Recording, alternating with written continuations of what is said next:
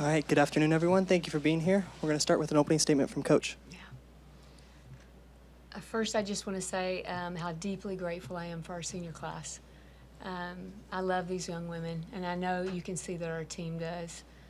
They came here 4 years ago, our four seniors that have been here for 4 years, and they came here in a time where college athletics, commitment to college athletics became really rare to be at a place for 4 years. And we've had these young women here pouring into each other and building a culture, and they've really changed things in such a beautiful way, both on and off the floor. And obviously, Yulia trusted us her final year coming from across the world and being a huge part of the growth of our program and the culture as well. I would say all of them didn't show up just to play basketball. They showed up to build a program. They showed up year after year to pour into the culture, into the community, into their teammates, and something bigger than themselves. And I think that there's really no way to say thank you to the senior class, because they've changed all of our lives. They've helped us all grow and become better people because of who they are and the way they love people. The way they've loved this team, this program, this university, and this community is special. And they're amazing young women. I know we all wanted to win for you tonight. But what I love about them is it's never going to be about a result. It's always going to be about how we can be better, how we can be better for one another, how we can be better for Washington, how we can be better for our community. And thank you for your example that in wins and losses, your character is impeccable. As a senior class, you guys have changed so much for us, and so we love you greatly. Days like today are a blessing. Win or loss, it's a blessing, and we get to look back and see your growth, not only as players but as leaders. And so thank you for leading us in good times and bad. You show up, you're consistent, and I say that to your class. We love you very much. So today was a hard-fought game. Nebraska's a great team. They've had some close losses. They've been right there with a lot of people, and you knew they were going to give us a great game. And I think we saw what makes them really good, and I think we saw some hesitation from our end on defensive end with some switching errors, and on the offensive end with just pace and confidence and movement and decision making. And so I want to credit Nebraska. It was hard to come into a home floor on senior night and win, and we've done the same thing. And so being competitive is what you love about our conference. I love this conference because every night it's going to be a fight, and it makes us better. We'll start with Percy. Hey there, Coach. In these past few games, the turnovers have cropped up. You had 15 the last one, 21 the game before, 20 tonight. Just how much did that sort of play into today's game? Yeah, it's become something that we've got to really focus in on why they're happening, because a lot of turnovers are not forced. And so I think it's just the pace and the patience, and then the decision making to make a little bit better decision with pace. And so we've got to get movement, and it really doesn't come down to one person. It comes down to the way we're operating as a unit. So I think we've got to move a little bit better for one another and create a little bit better pace. With one game left before the Big Ten tournament, are you guys going in the direction that you want? Are you peaking, or have things plateaued, or just what's going on with the team sort of big picture-wise? Yeah, thank you for asking. I think somebody asked me the other day about our ceiling, and so, I think we haven't come close to our ceiling. I think there's moments where you see us play at a very, very high level, and there's moments where we're not as consistent. And so I think we're just in a battle for consistency, to really trust the process of every moment, execute on this space on out-of-bounds defensive play, or execute on this offensive play, care about a screen and at a level. And I think you could see today that there were moments we did not do that, and if we improve that, there's really a really high ceiling for us, which we will continue to improve on. And on the last three plays there, Sayvia, it felt like you were right in sort of all of them, hit the shot right there on the contest, and then at the end there, your shot came up short. Just what happened on each of those plays? I know that's a lot, but what happened on sort of those plays? I think the last one, I don't know, I just missed a layup. But we had a couple chances that just were short. In a time like that, there's a lot of pressure to make an easy shot. And so I thought they just came up short, but they were all good looks, I thought. then, like, Hannah, just how much did this senior day stuff sort of play into a game like this? Last game in front of you, your like crowd here. Did it take a while to like get over that and to get into this game?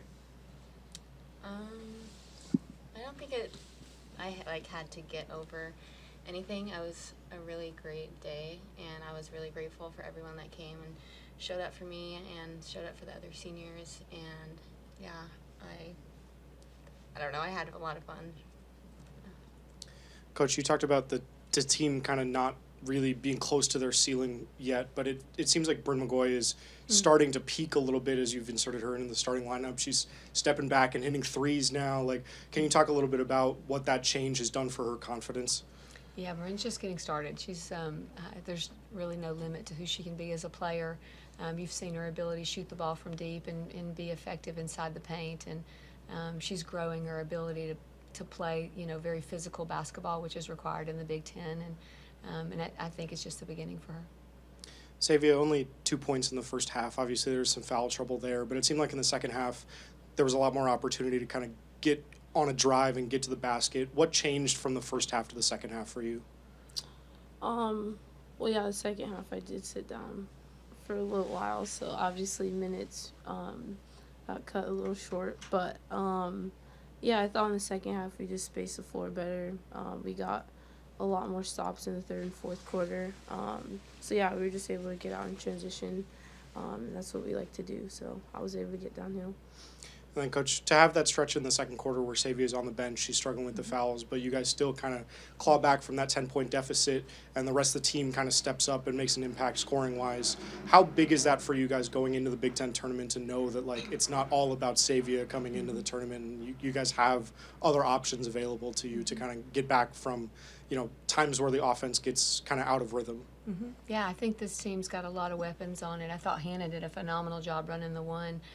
Great decision making. I mean, she finished the game, so well from handling the ball, and so I think you saw good fluidity. I thought we pushed transition. I thought we flowed into offense well during that time, and we're very capable of that.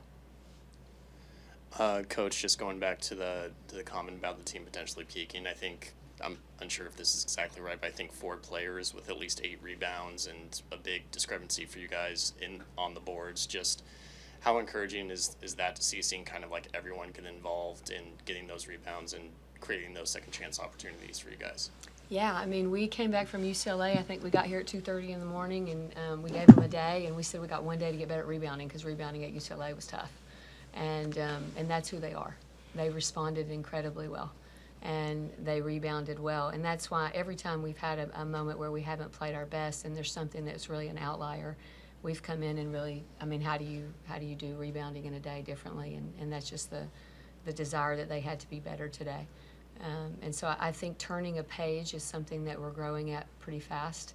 I thought they did that a beautiful job for senior night tonight because they love one another really well. It's like you want to be really upset about this loss because I know how much it meant to our team, but you also want to celebrate and love each other really well. And so we'll do the same thing from a basketball standpoint, which is we need to be better at rebounding, and that's something that we showed growth in. Coach, on the late game execution, you had Sayvia commit the foul when on the possession before Nebraska hit the three, commit that foul pretty early into the shot clock. I know you had a foul to give. Just what was I assume that wasn't intentional. What was the reasoning behind committing that foul so early in the shot clock? Yeah, we wanted them to start a little bit, but I mean, it's something that we grow in. I think that's on me to make sure I communicate when we're going to foul. And so, yeah, want to start offense usually a little bit, and then as they get going, we could see what they're running. But we did know the call because it was a call we knew. So we felt confident we knew what they were running. And then for both you and Hannah, I know Sayvia has said previously she doesn't really focus on the accolades she's getting, but as they sort of announced in the first quarter, she was named to the Naismith late season list, first player since Kelsey Plum, 4th overall. Just seeing her get that recognition, what does that mean to you guys, and what do you think when you kind of see her get that notice? I mean, it's incredible. It's very well deserved. And Coach Tina said this earlier, but like you wouldn't know how good Sayvia is if you didn't see her play, because she's so humble and she cares about her team so much, and she's a bucket, and I'm so proud of her. So it means a lot to see her get that. Thanks. Yeah, I think that's, Hannah said, really what we wanted to honor about Sayvia is who she is as a person. She's obviously a tremendous player, but as a leader, she comes in every day and she, you just don't know. You don't know she's that good from talking with her, and so it's a great example. Sayvia, coach talked about Hannah, kind of handling the ball a little more. She was really a couple ticks off from a triple-double in this one. Just can you speak to what playing with Hannah Stines has been like, during your time here in Washington, what she brings not only on the court, of course, but off the court as well? Yeah, I mean, obviously I love playing with Hannah. She's a good person, a very fun person to be around. I was talking about her for senior day, but she's kind of like a sister to me. Just the way that our relationship is, it's always laughing, joking, making fun of each other.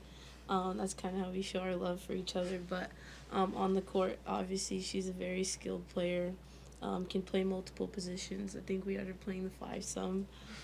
So on the court, she's just ready to do whatever the team needs. And so I love playing alongside her. I love being her teammate. Thanks, Sayvia. It's been 40 years that you've been here, being part of a core of players that have taken Washington back to the NCAA tournament for the first time since the Kelsey Plum days. Can you just describe to us what the last 4 years have been like working with this group of players and taking Washington to these heights that it hasn't been to in a long time? It's been amazing. I mean, at the end of the day, it's about the people and the relationships and doing hard things with people you love, and I wouldn't change a single thing. I feel like this is a program that challenges you and it really grows you, and in the moment it can be a little difficult at times, but I'm so grateful for Coach Tina and the whole staff and all the players that I've been able to play with, and yeah, I wouldn't change a thing. So bittersweet to be leaving, but now it's in good hands. We have a few more games to play. No, I know. I know. Yeah, and for either Hannah or Sayvia, Avery Howell had a double-double today. She's been really good both with scoring and with rebounding this season. Just her first year here, but you've played her last year at USC. What have you seen from her this season? How encouraged are you about her being one of these lead guard for the team going forward? Yeah, I think Avery's someone that anytime you're around her, she's going to make you better. She pushes everyone to be better around her.